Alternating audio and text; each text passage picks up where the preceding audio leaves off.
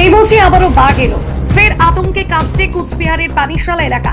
কুচবিহারে যেন এখনো কাটছে না চিতাবাঘের আতঙ্ক। মাত্র দুদিন আগে পার্শ্ববর্তী এলাকায় এক চিতাবাঘের তাণ্ডবে আতঙ্ক ছড়িয়েছিল গোটা এলাকা জুড়ে। আচমকা লোকালয়ে ঢুকে একাধিক মানুষের উপর হামলা চালায় সেই চিতা। গুরুতর জখম হন কয়েকজন। পরে দীর্ঘ চেষ্টার পর বন দপ্তরের জালে বন্দী হয় ওই চিতাবাঘ। কিছুটা স্বস্তি নিঃশ্বাস ফেলেছিলেন এলাকাবাসী, কিন্তু সেই স্বস্তি বেশিক্ষণ স্থায়ী হলো না। শনিবার ফের নতুন করে আতঙ্ক ছড়ালো কুচবিহারের পানিশালা মহিষবাতান বাজার সংলগ্ন এলাকায়। সকালে স্থানীয় কয়েকজন বাসিন্দার নজরে আসে বড়সড় প্রাণীর পায়ের ছাপ। মুহূর্তের মধ্যে এলাকায় ছড়িয়ে পড়ে চাঞ্চল্য। খবর দেওয়া হয় বন দপ্তরকে। ঘটনাস্থলে পৌঁছে বনকর্মীরা পায়ের ছাপ পরীক্ষা নিরীক্ষা করেন। প্রাথমিকভাবে বন দপ্তরের অনুমান এটি চিতাবাঘের পায়ের ছাপ হতে পারে।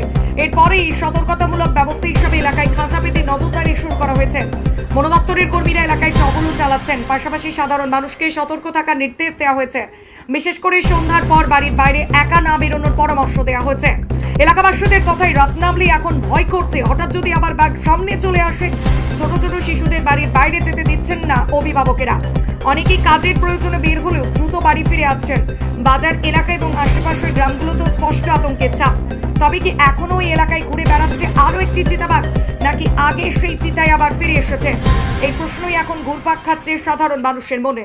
অন্যদিকে বন দপ্তরের পক্ষ থেকে জানানো হয়েছে পরিস্থিতির উপর কড়া নজর রাখা হচ্ছে। কোন রকম গুজবে কান না দিয়ে সাধারণ মানুষকে সতর্ক থাকার আবেদন জানানো হয়েছে। আমরা শুনে নেব এলাকার সাধারণ মানুষ ঠিক কতটা আতঙ্কে রয়েছেন, কি বলছেন বন দপ্তরের আধিকারিকরা এবং বর্তমানে পরিস্থিতি ঠিক কতটা উদ্বেগজনক। চোখ রাখুন ডিজিটাল নিউজ 24x7 এর পর্দায়। চ্যানেলটি ফলো করে রাখুন জেলার প্রতিটি গুরুত্বপূর্ণ আপডেট সবার আগে পেতে। না, আমরা তো বাঘটাকে দেখি নাই না। আমরা শুনতেছি যে বাঘের পায়ের ছাপ পাওয়া যাচ্ছে। কারণ এটা নিয়ে তো গ্রামবাসীর একটা আতঙ্ক থাকে। সেই আতঙ্ক থেকে গ্রামবাসী তো জানো, গ্রামের লোক সবাই আতঙ্কে থাকে। যেহেতু ওদের গরু ঠরু আছে, এই জন্য পুলিশ প্রশাসনকে খবর দেওয়া হয়েছে বন দপ্তর থেকে। ওরা আসছে, খাঁচা পাচ্ছে। এখন পুলিশ প্রশাসন 4 দিন আগে একটা ধরা হয়েছে। 3 দিন আগে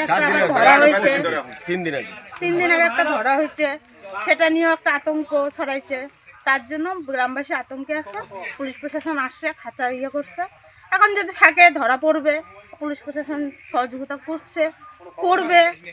এটাই আমরা আশা করি যে পুলিশ প্রশাসন আমাদের কাছে আছে। আমরা খুব আতঙ্কে আছি। এখন দেখি কি হয়। খাঁচা পাতা হয়েছে, ধরা পড়লে ভালো, থাকলে ধরা পড়বে। যদি না পড়ে তাহলে তো করার কিছু নেই। আপনার নাম? আমার নাম পপা বর্মা। সিদ্ধান্ত নিয়েছে, ওরা যা উদ্যোগ দেখাচ্ছে সেটা গ্রামবাসীর পক্ষে হয়তো আশা করি ভালো হবে। ওনারা যথাসাধ্য চেষ্টা করছে। আশা করি আমাদের গ্রামবাসীর পক্ষ থেকে আমরাও সহযোগিতা করবো ওনাদেরকে। আশা করি বাঘ ধরা পড়ুক, গ্রামবাসী সুস্থভাবে থাকুক, কারোর জন্য আতঙ্ক মনের মধ্যে না থাকে, আমরা সেটাই চাই। আর প্রশাসন আমাদের যথাসাধ্য যেন সাপোর্টটা দেয়।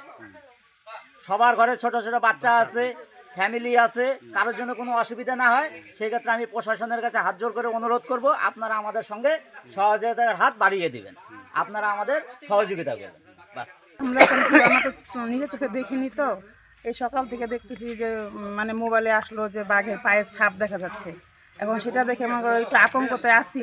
কারণ আমাদের বাড়িতেও গরু বাছুর পশুপালিত পশু আছে, তারপরে বাচ্চা কাচ্চা আছে। আমরা মানে বড়দেরও তো ভয় আছে না, জীবন রিস্ক তো সবারই আছে। এখন এই সন্ধ্যার আগে মনে করে তো আসলো খাঁচা আসে, এখন রাখা হলো, দেখা যাচ্ছে। আমরা চাই যে এগুলো মানে সুস্থভাবে থাকে। গ্রামবাসীরা একটা আতঙ্কে আছে। মনে করো যে এখানে জঙ্গলের মধ্যেই থাকে, আমরা গ্রামে তো থাকি, গ্রামের পরিবেশ সবাই জানে কিরকম থাকে। এই আর কি আমরা চাই যে পড়ুক ভালোভাবে, বাঘটা ধরা পড়ে। এখন আমরা দেখিনি যে আসছে কিনা, 4 দিন আগে ধরা পড়ছে যে তো একটা, সেদিন আমাদের এটা নিয়ে তো গ্রামের লোক আতঙ্কে থাকবেই না। এটা নিয়ে সবাই আতঙ্কে আছে।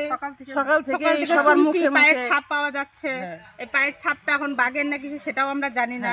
এখন এটা যদি বাঘের হয়, আশা করবো বাঘটা যেন পরে ধরা হয়। মনে করে এই যে আজকে এখানে বাঘের খাঁচা বসানো হলো, আচ্ছা, আপনারা গ্রামবাসী কি রকম আতঙ্কে আছেন? আমরা খুব আতঙ্কে আছি। মানে থাকার মতো পরিস্থিতি নাই আমাদের।